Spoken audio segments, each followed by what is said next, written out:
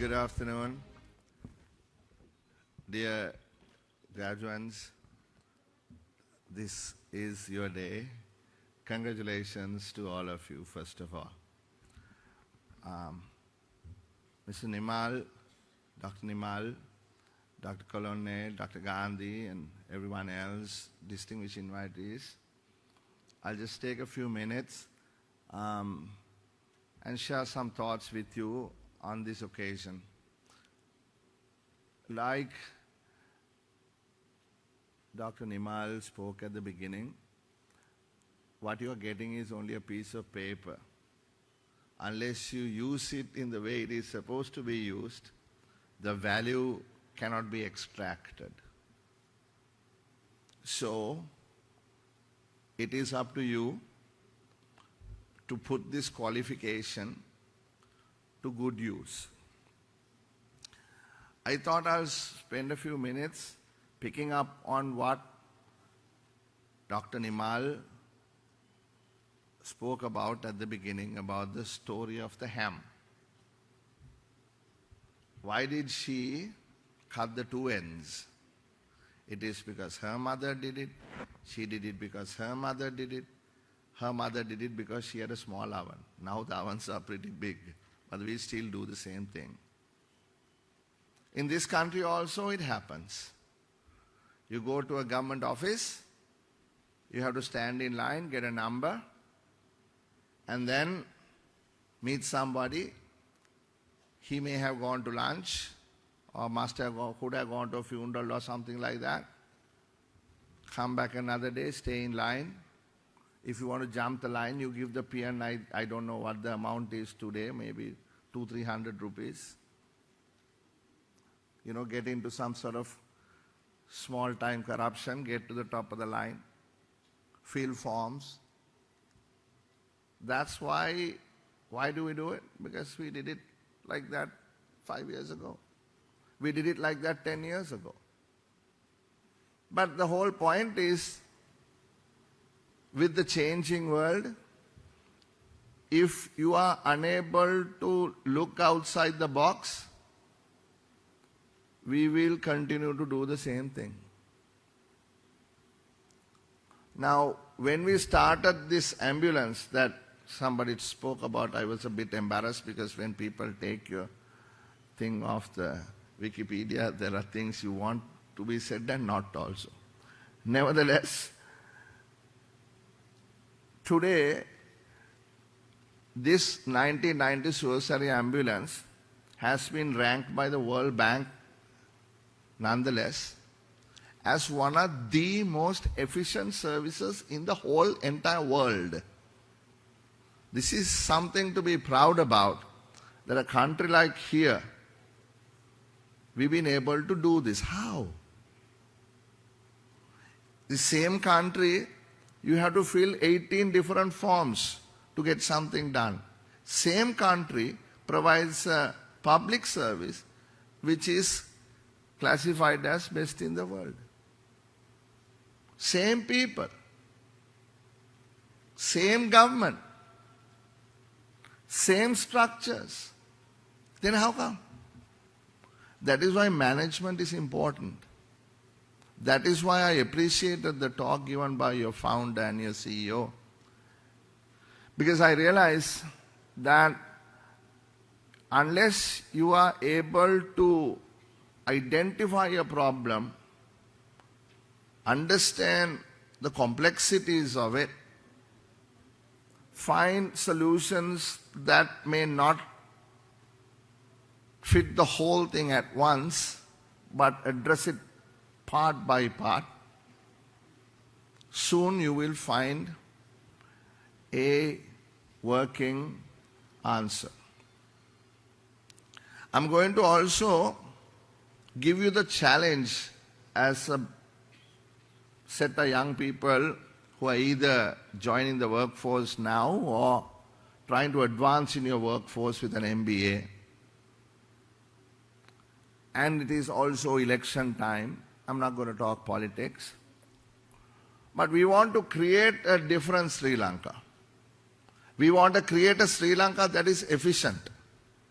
We want to live in a Sri Lanka that we are happy to live in. Right? And that Sri Lanka, some people think cannot be created, so therefore they leave.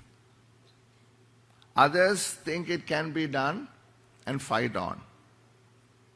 Now, let me give you what it really means in numbers. To become a developed country, the president says it will take till 2048, 100 years since independence. Now, to get there, this economy has to grow. Because how do you define a developed country? There are categories: low income, middle income, upper income, etc. So to get to an upper income country by 2048, I think you need to reach a figure of about 19,000 US dollars. We had around 4,000. Actually, we went back 10 years, actually 9 years. Our GDP last year was the same as it was 9 years back. We are actually going back. You know, most countries are going forward. We've been going back for the last 3 years or so. Now, starting this year, this country hopefully will grow at, well, depending on whether you believe the central bank figures or the IMF figures, around anywhere between 1.5 to 3.5%. 2024. 2025, 4%. 2026, 4.5 to 5%. Then from 2027, we have another 37, 47, 21 years. And those 21 years will have to grow every year at just under 8%. Now think, this country has grown beyond 8% only 5 years in the last 75 years. Now to get to the objective of the president, you have to meet this huge challenge of 8% every year for 21 years. Now, let's think by 2045. Can we get there by 2045? You can do the numbers. It's a simple Kager number that you're looking for. By 2040, by 2035, let us be realistic. To get to a developed country status by 2035, this country will need to grow at around 19% every year. No country has ever grown at 19% for a number of years. To get there by 2040, this country will have to grow by 12% every year after 2026. Very few countries have done that. But I believe it can be done. At least get close to a developed country status by 2040. Anything less than that is pie in the sky and just fooling everyone else. Let us say to grow at 12% every year from 2026 to 2040, what do we have to do? If this country's general growth level has been 3.5%, how do you grow at 12%? 1 year you can. After the war in 2011, 2012, this country grew at 9.2%. 2012. How? Because we built roads and ports and all these other things. And then by 2013, we fell back to 3.5%. So think about it. You guys are now equipped to think, to do the numbers, work out the growth rates that is necessary. Now, if you think you're going to get 12% growth for all these years, how will that growth come? Where will it come from? Sri Lanka's population is 21 million. What are we going to sell? What are we going to produce? The new version of my phone is about $1,200. iPhone 16 or something, right? 16, what is it, the new one? 15, 16, $1,200, right? How many of your friends have bought a new iPhone? Hardly any. I don't know any one of my friends who bought one. But if you go to a mall in Dubai or Singapore or Chicago or Los Angeles, there are lines overnight. Hong Kong, the thousands of people waiting to buy a phone. $1,200. How come? Because they got the money to do it. Their per capita income is $65,000, Singapore's. If you have $65,000, every person earns $65,000 as per capita income. Surely they can afford $1,200. Now think about what I'm saying. Where will this demand come from? Yes, people say, let's create a production economy, etc. What are you going to produce? If it is not a production economy, what kind of economy are you talking about? As a simple economist, I'll tell you production is just nothing but goods and services. That is what you do. Right? But the point is, what do we produce? Who do we produce for? Suppose we continue to produce like we have been doing, simple products. Who are you going to sell it to? Can you create the kind of growth that you want to? You cannot, ladies and gentlemen, and I am being quite bold, you cannot. This country will remain a developing country for the next 100 years. We will not get there. We will not get there. Because we will be doing the same thing, same ideology, same fear psychosis, that we will plod along and just sort of survive. Since the SARC person is also here, I was thinking, you know, if you look at integration, where has SARC countries been able to really integrate and grow? I mean, obviously, this is a SARC Cultural Council that Dr. Gandhi is representing. But if you look at SARC itself, you got Afghanistan, you got Bhutan, you got Bangladesh, you got Pakistan, India, Sri Lanka, Maldives, Nepal. Nobody's even really calling themselves friends. Everybody's trying to fight each other. You sit in a room anywhere, India and Pakistan will always try to fight about something. Now Maldives is fighting with India. Nepal is fighting with somebody else.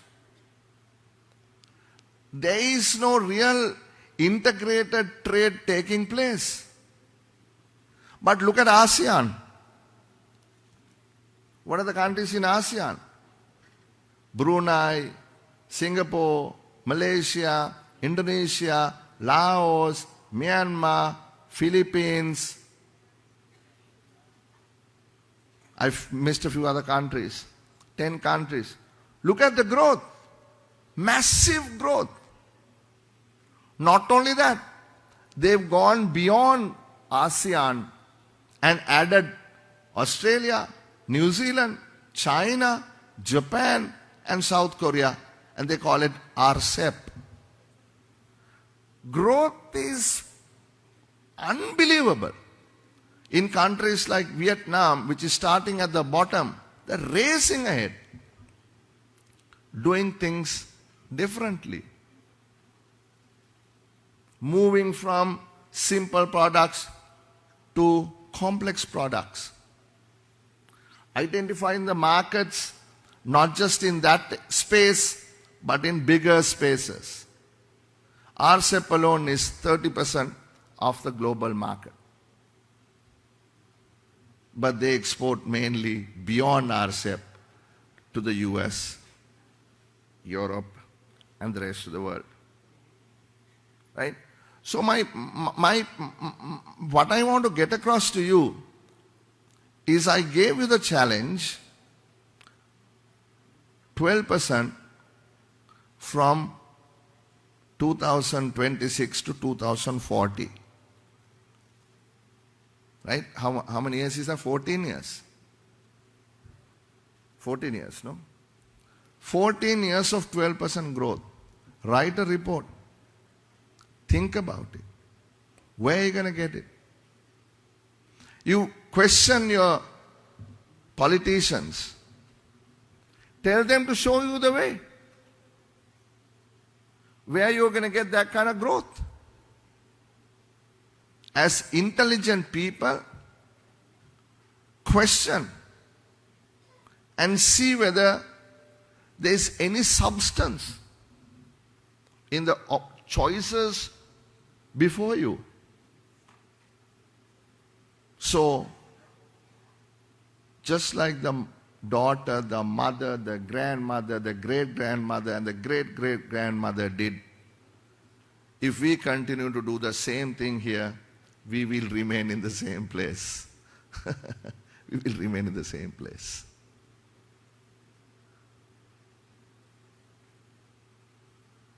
Same place is not good enough. Right? So that is the message I want to give. Don't fear the world. My dear friend Ajit and I, we were having a chat while waiting to come to this ceremony. And I was saying, look, Tamil Nadu is going to become $1 trillion economy in 2032. $1 trillion.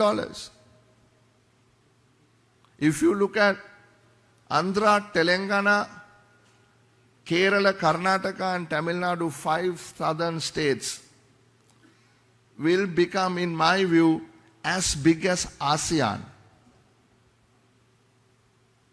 I'm thinking close to that.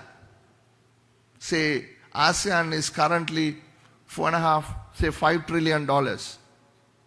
In the next 10 years, these 5 states probably will be $3-4 trillion. Look at the amazing opportunities that are going to get created.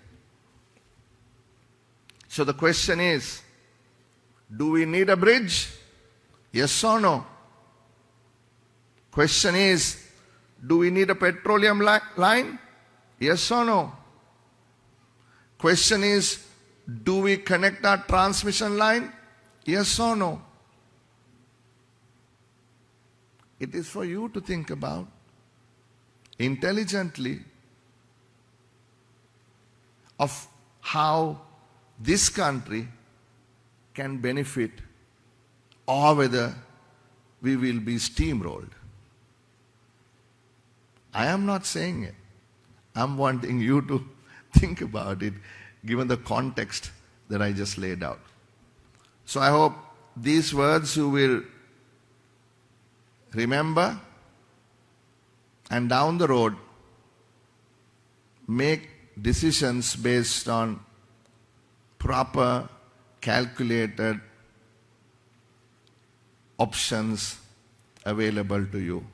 I wish you all the very best. Thank you very much.